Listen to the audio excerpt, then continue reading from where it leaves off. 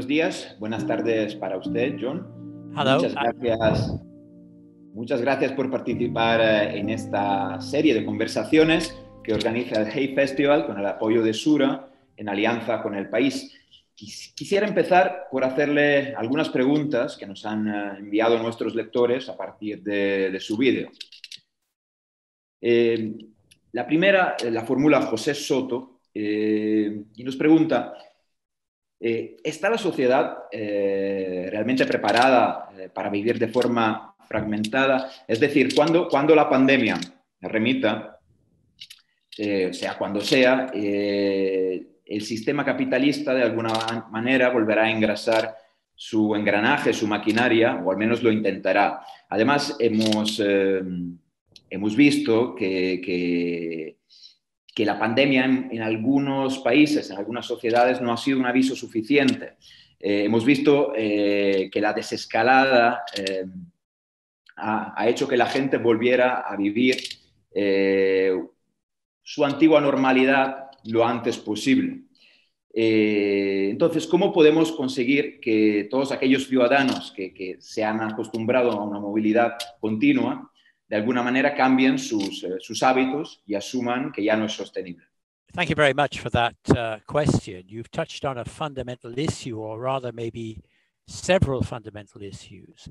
I think my first comment would be that the pandemic actually doesn't show any signs of subsiding yet.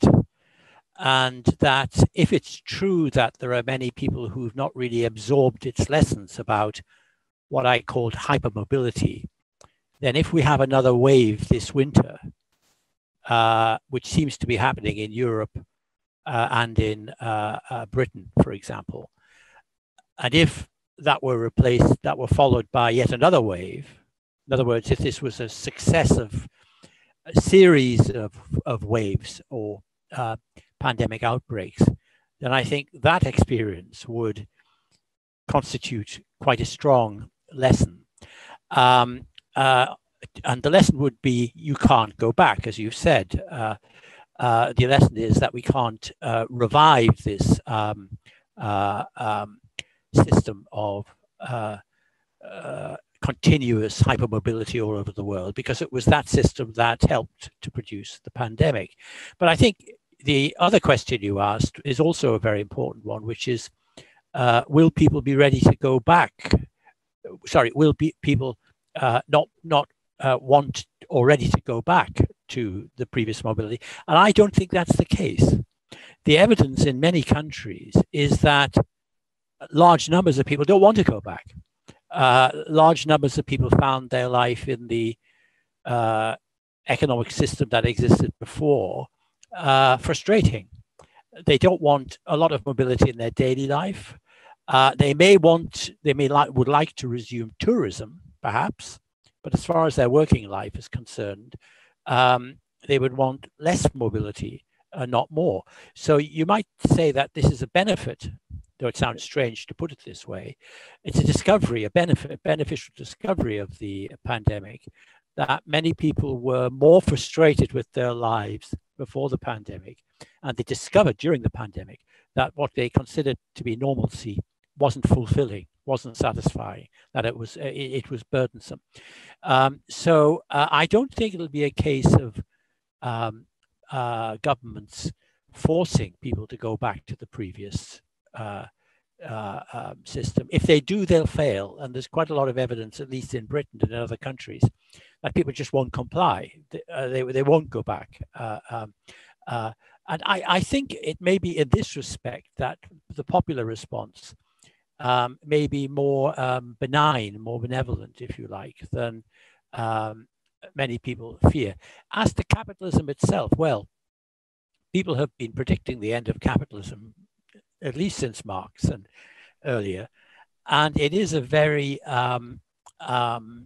versatile system. It can adapt quite quickly. But in this respect, if it doesn't adapt enough, I think governments will actually start intervening.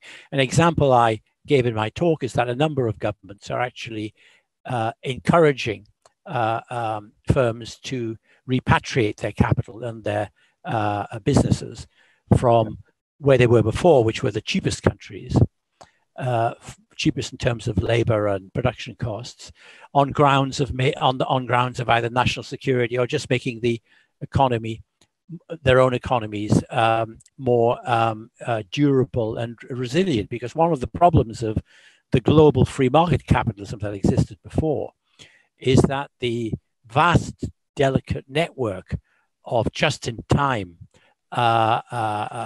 delivery systems from all over the world was extremely fragile. It could break down almost at any point. And so I don't think, even if firms would like to go back to that system because it's the cheapest for them, they won't be allowed to. The pressures of politics and democracy, if you like, or even in countries that aren't democratic, popular pressures will force them to adapt to this situation. Muchas gracias, John. Le voy a formular otra pregunta de Karina Montero, que plantea lo siguiente. Justo al inicio de su ponencia, en su vídeo, dice que es imposible volver al status quo previo a la pandemia. Aunque su preocupación no parece exagerada, no parece estar muy preocupado por ello. ¿Quién cree usted que saldrá ganando en este futuro como que encaramos, en este sistema menos integrado que usted predice? ¿Quién tiene las mejores cartas en la mano? Cui prodest, en latín, ¿no? Las grandes corporaciones o los ciudadanos del tercer mundo, los habitantes de las ciudades, los campesinos, hombres, mujeres, las personas blancas o las racializadas. Nos pregunta Karina Montero. Well, that's a very good question. The greatest risk of this fragmented world is geopolitical division intensifying and even leading to war.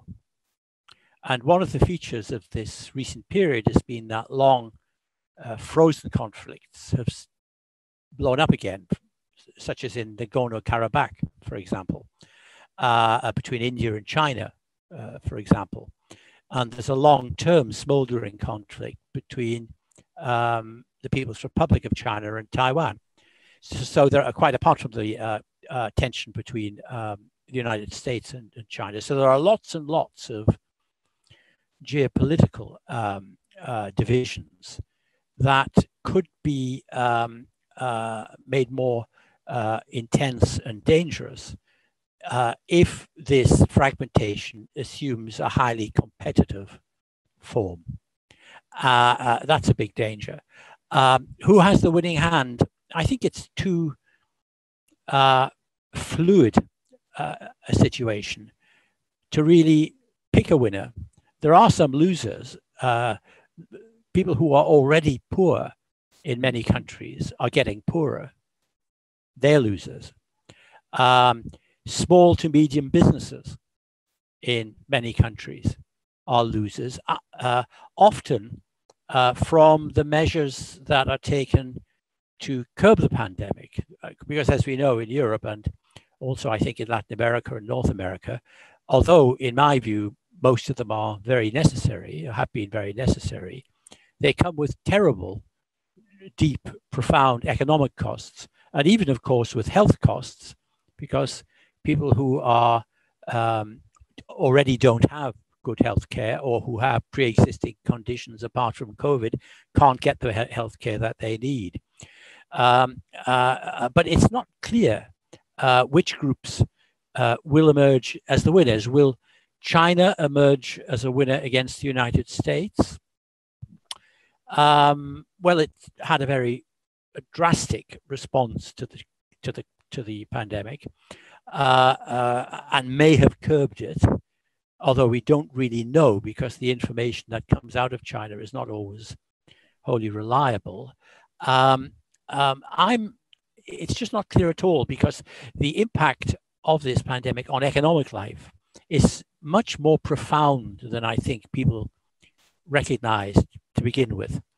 Everyone was talking about getting back to growth, which assumed that industries that existed before would come back. But it seems to me obvious now that the airlines industry is not going to come back in the way that it was there before. Lots of industries that depended on hypermobility are not going to come back in the way that they were before. There will be a period of destruction in the economy, which is probably both unavoidable, but also I think very dangerous, because it can leave society, whole sections of society, devastated and unhappy. And that's one of the reasons why in my talk I said that as this pandemic goes on, governments will fall. Even whole political systems will fall in various parts of the world. If we think of it as extending over several years, which I think it probably will. I'm not an epidemiologist, but many of them say that this is a likely outcome. If we think of it as involving stop, start lockdowns, if we local, regional, national, international, then we can see that the impact on employment, on living standards will be very acute for large sections of society. Even some quite big firms, if they're in these industries that depend on hypermobility, are not going to survive. For example, the oil industry is deeply impacted by all this. New energy solutions will have to be found. The oil industry isn't going to come back. So it's a very profound change. And that's why in an article I wrote in the British New Statesman magazine, I said this was a turning point in history, not just a small blip that would last about 18 months and then we'd go back to what before. It's a huge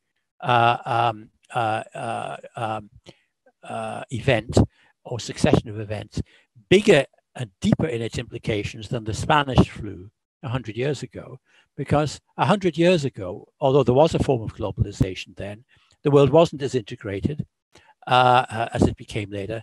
Hypermobility didn't exist on anything like that scale, even though there was migration and international trade. There wasn't mass airport transportation. So this is bigger, a lot bigger, and will have longer and deeper effects and dangers.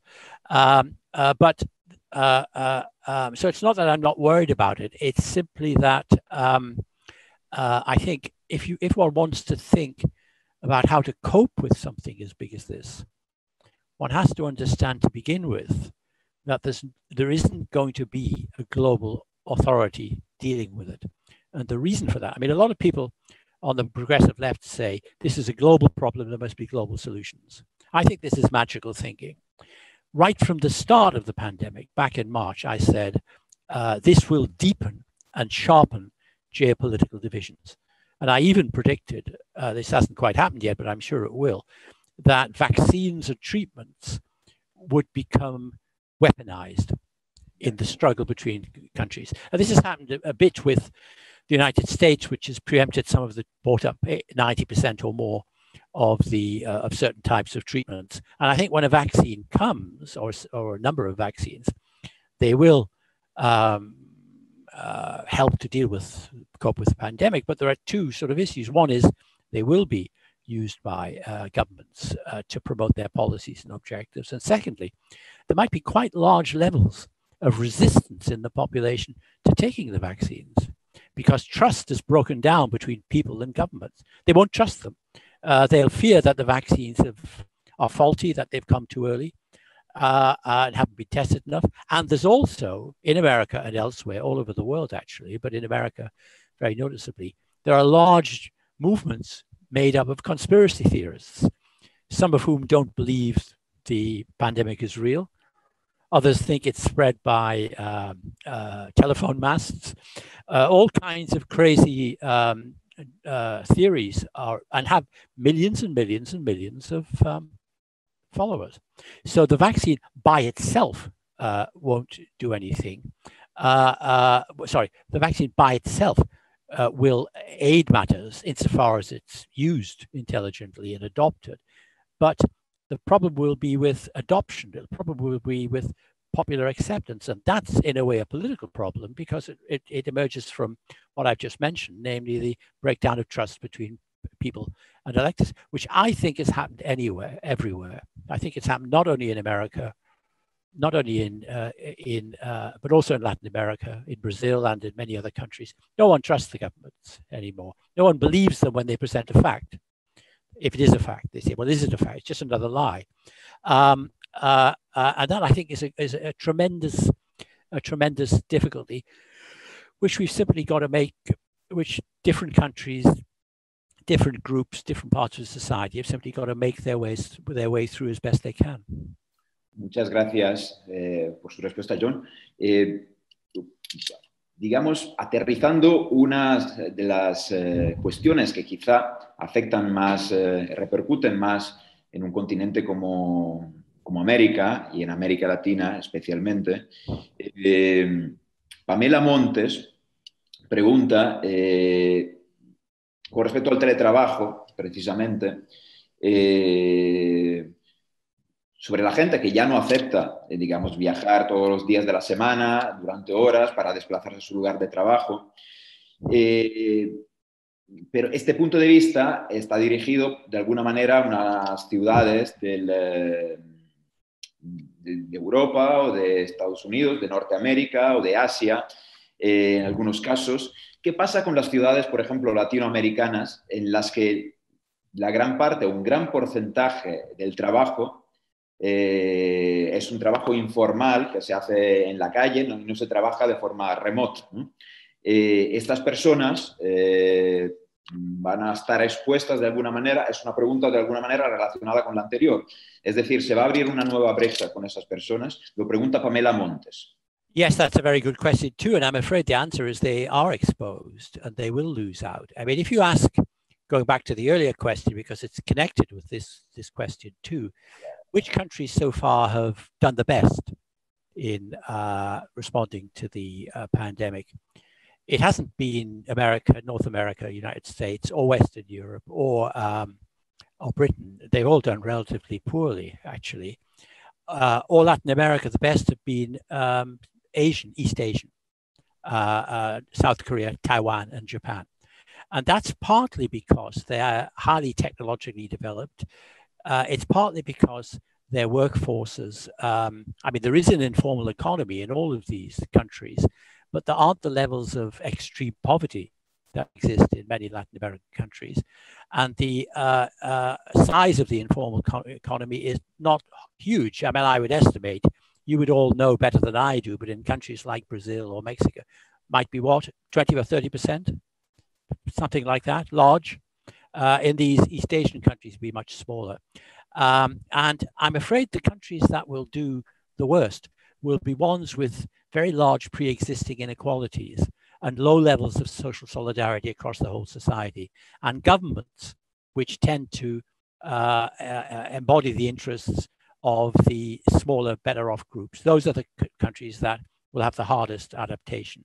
Countries where there's less inequality, where society is not already fragmented, will do better. So that's a very unfortunate fact about this pandemic, which is that the defects or the inequalities, the divisions, the fragmentations of existing societies are aggravated, exacerbated, deepened and sharpened, just as they are in international relations. In geopolitics, the conflicts and divisions that exist get deeper and sharper, and so they do within societies. But I don't think this will be restricted to Latin America. I would definitely not attempt to predict the outcome of the American presidential election, because there are still, but one thing I do predict is that whoever wins, whether or not Trump accepts that he loses, if he does loses, America will be at least as divided or more divided after the United States, I'm talking about, not Latin America now, will be more divided after the election even than it's been up till now. And the reason for that is that the impact of the coronavirus, of the pandemic in America on not just poor people, not just people who are the poorest, but large sections of the workforce and even large sections of the middle classes has been very destructive already, and will continue to be destructive even if Joe Biden gets into the White House. and it launches some new program. So I think the point that's been raised is very important and significant, not only for Latin America, where it is very important, but even for North America, even for the United States too. Societies that are already, let's put it like this, a society like the United States can only work at all, I don't mean work well, but just function, if the economy is working at full speed. If the economy is working at full speed, it's flat out, it's going as fast as it possibly can. It may be shaking and rattling, but it's going very fast. Then it sort of works, although under the surface, there's a huge opioid crisis. People are dying in enormous numbers from opioids. There are huge levels of distress, and post-apocalyptic industrial centers like Detroit or other parts, they're all there, but somehow it keeps going. If it slows down a bit, if it slows down significantly for a prolonged period, if growth stops or the economy shrinks, all of which have happened, then these conflicts emerge immediately, and they stay in existence more or less whatever happens at the higher levels of political life. So I think you're quite right. I think the questioner is quite right. This is a very difficult issue. So what can one learn from this? One can learn that conflict is not going to diminish within societies, it's going to increase. Muchísimas gracias, John. Le voy a hacer yo, pues, un par de preguntas. Usted comenta que la sociedad no está preparada para vivir de forma solo virtual todavía. Sin embargo, una de las consecuencias de esta pandemia y esta crisis es la distorsión de la percepción de la distancia. Entonces, yo le iba a preguntar, es una pregunta de carácter más teórico para un filósofo, ¿cómo cree que, digamos, cambiará la noción de la distancia, que es una noción fundamental para la historia del pensamiento y las ideas? ¿Qué lugar ocupará la distancia, el paradigma de la distancia en la historia de las ideas en el futuro? Could you say a little bit more about the change in the notion of distance that you took from what I said? What do you have in mind more precisely? Como, desde el punto de vista colectivo, me refiero, pues, la sociedad estaba acostumbrada, lo está diciendo en todas sus intervenciones y respuestas, estaba acostumbrada a relacionarse con una idea de la distancia. Ahora esa distancia, pues, está no solo en la práctica, pero también en el pensamiento, en la cabeza digamos, de cada uno, está cambiando, está mutando. Y también, antes no pensábamos en la distancia. Ahora sí pensamos todos en la distancia, como ocurre quizá en una guerra. En una guerra se sufre mucho el hecho de la distancia, ¿no? Del no poder incluso despedirse de alguien. Entonces me interesa saber cómo piensa, digamos, qué preponderancia, pues, va a ocupar esa idea de distancia, pues, en el futuro, pues, por lo menos a corto plazo. Thank you very much. I mean, I understand better now what you're asking. It is a very interesting question. I think that the change that has occurred and will continue to occur is actually as much in the sense of time as it is in that of distance. If you think how that applied in the 19th century, if someone was planning a journey, whether they were rich or poor, across Europe or from Europe to America or even more to Australia or Asia, that would take a long time. It was only towards the end of the 19th century that underwater cables were created, telegraph cables, that transmitted information back and forwards from, for example, North America to Western Europe. So one of the things which I think has been most disorienting for many people is that the sense of time seems to have accelerated since the pandemic. In other words, that has the other side, which is a shrinkage of distance. So a kind of paradoxical effect of the, we're all able to watch live as President Trump stages his walk into the White House when he does his reality show. We can actually see him doing it when it's actually happening. And even many interactions, personal and other interactions, are now much quicker, like the one we're now having.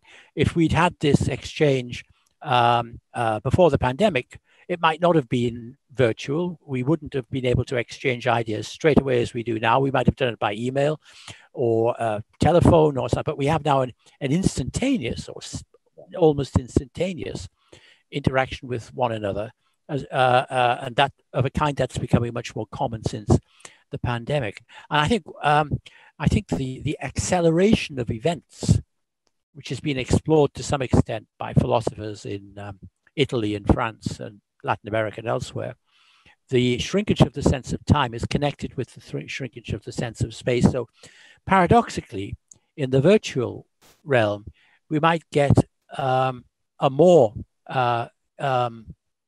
integrated world than we will in the physical realm of production and physical mobility. And also there will be, and already are, many more, many new virtual communities that didn't exist before. There are two problems with this, which I've mentioned in things I've written, and which I mentioned partly in my talk for the Hay Festival. One is the one which I touched on briefly, which is that human beings can't live a wholly virtual life. We didn't evolve to be virtual creatures. There are some far out sects, techno-utopian or techno-futurist sects in California and other parts of the world, which want to upload themselves into virtual space so they can escape the conflicts of the actual world. I've known about these sects since the 1980s when I met some people who were already thinking along these lines. The problem with that is that all the virtual world is a protection of the physical world. Without an infrastructure, a material infrastructure, which can be destroyed by wars, earthquakes, climate change, revolutions, economic collapses, it doesn't work. So, but it's nonetheless a very strong tendency in thought, particularly in America, but also elsewhere. For example, one of the leaders of this view, Ray Kurzweil, is director of engineering at Google. So he has a vast budget, vast resources to pursue these ideas, which I think are completely absurd. So humans are adapted to a physical world. They can't live in a purely virtual world. And an aspect of that too, though, is that the virtual world is actually quite energy intensive.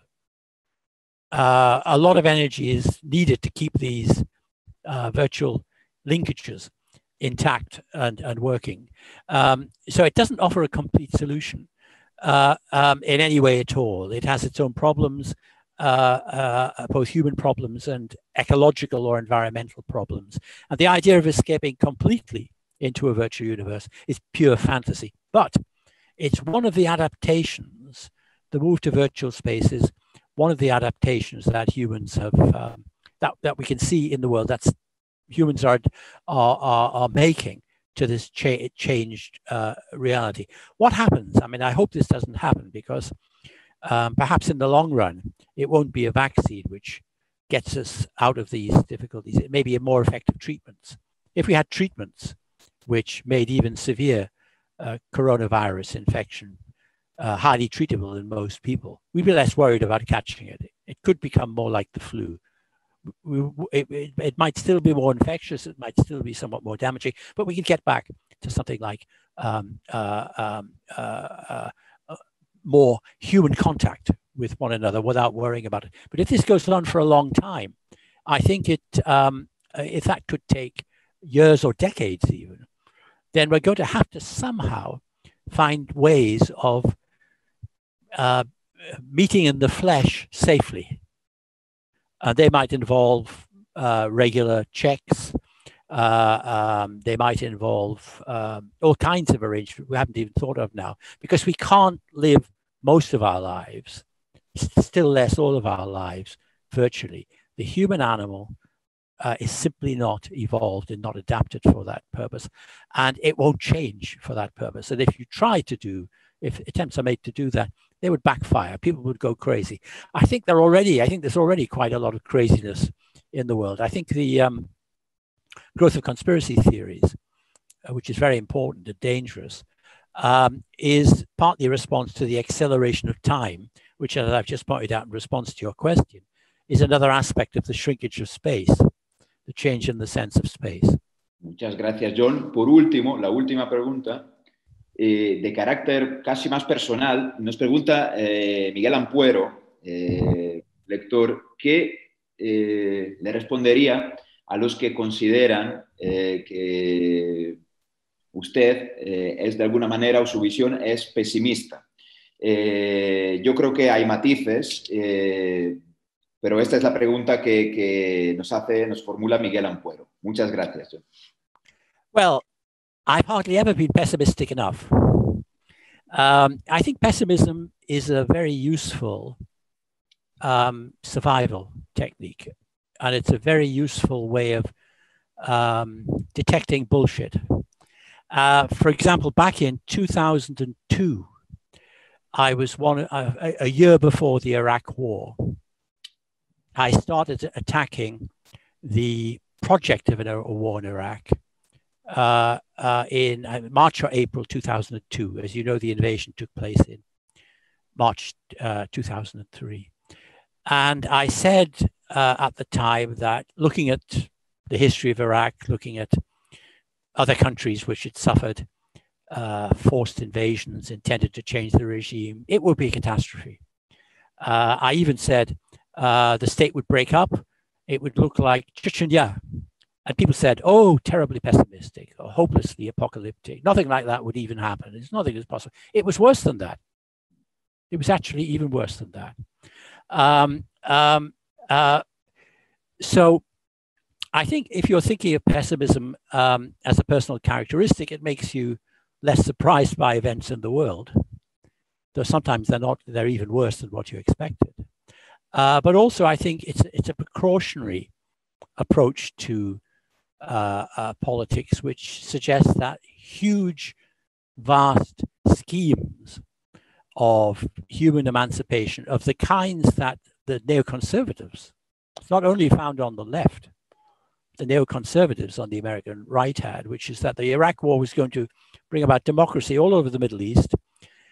Some of them even had the idea of regime change in China and other countries as well. And the world was going to become a vast democracy modeled on America. Now, there are several problems about this, which is that America was nothing like the democracy that they thought they were projecting. You would have needed regime change in America to start with. It was fantasy from beginning to end, and it was predictable. So some things are predictable. And what I would say about my way of approaching world events is that I try to focus on unknown knowns. You remember Mr. Rumsfeld in America talked about unknown knowns and known unknowns. Well, I specialize in unknown knowns.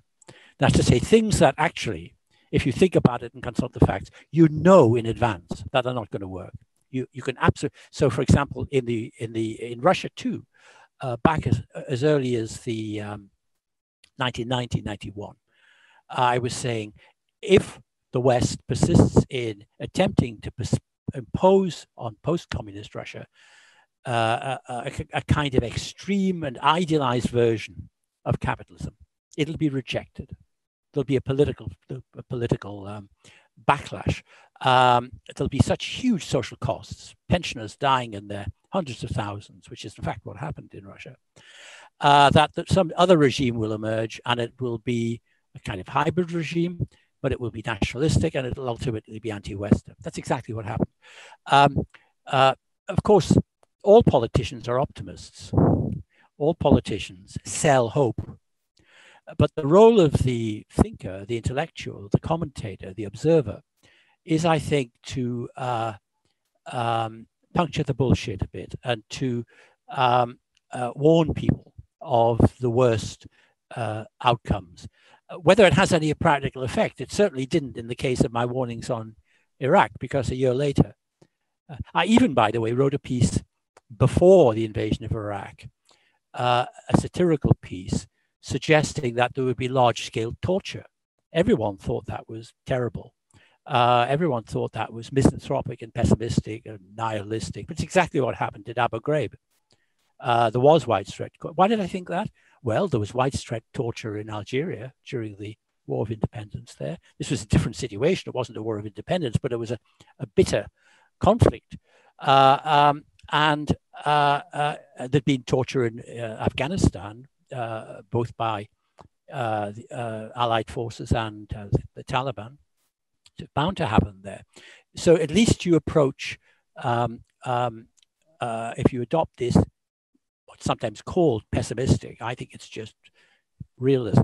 If you adopt this approach, then if it could be embodied to some extent in government, which is very difficult to do, then you might avoid some of the worst needless disasters. There was no need for the war in Iraq. There was no need for the war late for the regime change in Libya, which has also been a complete disaster. They were not evils that we had to put up with. They were imposed on the world by foolish policies. So that's how I consider my, by focusing on known unknowns, things we all know about to some extent, but we just don't want to think about, then we can, I think, at least understand the world better. Muchísimas gracias, John Gray. Gracias por participar de esta charla. Y yo creo que también nuestros lectores estarán encantados de escuchar sus respuestas, sus reflexiones en un momento tan crucial y tan complejo. Muchísimas gracias. Thank you very much.